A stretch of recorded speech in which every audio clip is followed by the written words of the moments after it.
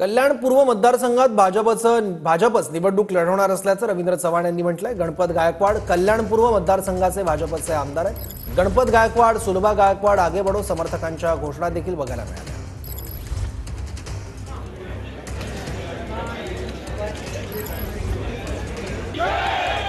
आपल्याला माहित आहे की गेली वर्षानुवर्षे या भागामध्ये